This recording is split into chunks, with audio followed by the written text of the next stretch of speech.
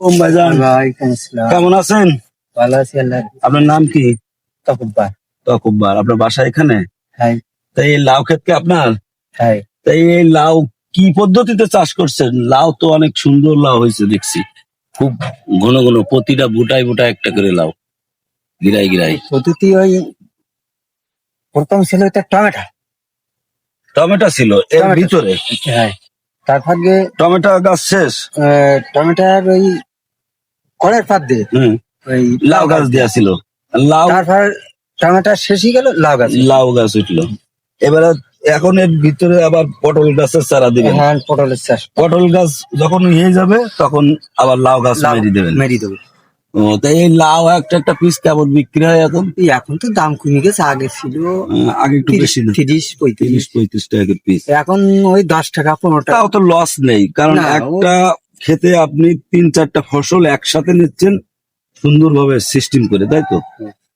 তো আর এর নিচে কি আবার এই কপি কপি গাছ দেয়া দেখছি, কপিও হবে। কপিও হবে। মাশাআল্লাহ। আবার ফাঁকে ফাঁকে যে সিম গাছ দেয়া আছে, হ্যাঁ, সিমও হবে। সিমও হবে। যাক, মাশাআল্লাহ। তা আপনি এই ফসল করে কেমন লাভবান হয়েছেন? লাভ হয়েছে। খরচ খরচ সব বাদ দিয়ে মোটামুটি ভালো লাভবান হয়েছে। বর্তমান এই বাঁশকুটির দাম বেশি, তো খুব একটা লাভ বাঁশকুটি কি আপনার বাড়ির নাকি? না কিনা। যা হোক, তরি তরকারি চাষের লস নেই, একের পর এক হতেই থাকে।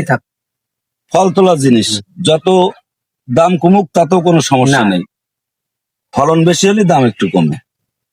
যাক, ধন্যবাদ। আপনার সাথে কথা বলে অনেক ভালো লাগলো। আপনারা জনগণের সাথে যে এই চাষ সম্পর্কে একটু কিছু বলেন, যে আপনারা সবাই তরকারি চাষে উৎসাহী হন, এইভাবে এই পদ্ধতিতে চাষ করলে মোটামুটি আর কি লাভবান হওয়া যায়। তরকারি চাষে লাভ আছে, লস নেই কোনো। লস নেই, কিন্তু একটা জায়গায় সমস্যা, সার মাটির দাম বেশি।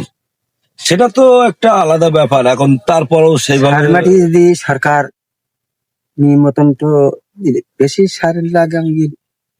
আপনারা কি শুধু রাসায়নিক সার ব্যবহার করেন না জৈব সার? খুব একটা ব্যবহার করি, খুব একটা ব্যবহার করেন না। এখন থেকে আপনারা বাড়ির জৈব সার তৈরি করে ব্যবহার করবেন, দেখবেন তরকারির মানও ভালো হবে, খরচও কমে আসবে।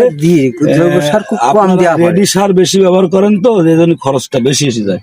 যদি জৈব সার তৈরি করেন, যে কোনো আবর্জনা বাড়ি বা বাড়ির গোবর থাকলে গোবর গুলো করে প্রসেসিং করে, তারপরে অনেক ওই যে পুকুরে যে শ্যালা থাকে না, শ্যালা বা হাবিজাবি লতা গাছ টাছ গুলো এক জায়গায় মাটির চাপা দিয়ে যদি কিছুদিন রাখতে, ওটা জৈব সার তৈরি হয়। ওইটা সব যদি খেতে ছড়ানো হয় তাহলে মাটির উর্বরতাও বাড়ে, বৃদ্ধি পায়। ঠিক আছে, তো এখন থেকে চেষ্টা করবেন জৈব সার বেশি ব্যবহার করা, তাতে ফসলের মান বেশি ভালো হবে, গাছেরও চেহারা ভালো হবে, ফলনও বেশি হবে। আল্লাহ হাফেজ, ভালো থাকেন।